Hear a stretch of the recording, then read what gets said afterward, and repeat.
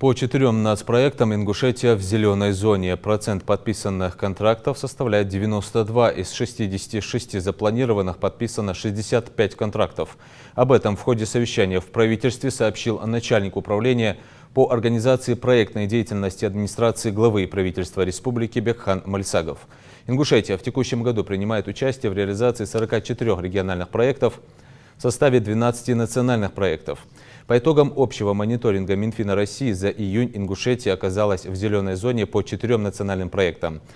По нацпроекту «Международная кооперация и экспорт» по линии Минсельхоза республика достигла 100% кассового исполнения при среднем значении по СКФО 63% и 50% по России.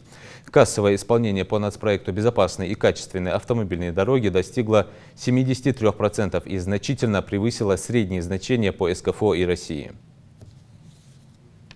Национальный проект «Городская среда» с кассовым исполнением 32%, при среднем значении по СКФО 47% и по Российской Федерации 29%. Здесь кассовое исполнение обеспечило Министерство строительства.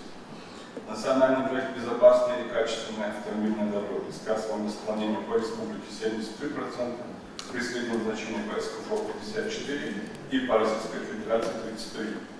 Национальный проект «Малое и среднее предпринимательство» с кассовым исполнением по республике 59%, при среднем значении по СКФО 72% и по Российской Федерации 58%. В этом проекте кассовое исполнение обеспечено Минэк и Минсельхоз. Национальный проект «Международная кооперация экспорт» с кассовым исполнением 100% по республике и при среднем значении по СКФО 63%, по Российской Федерации 50%.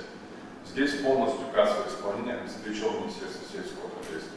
Среднее значение кассового исполнения по СКФО 50,4%. Среднее значение по СПМ 36,5%.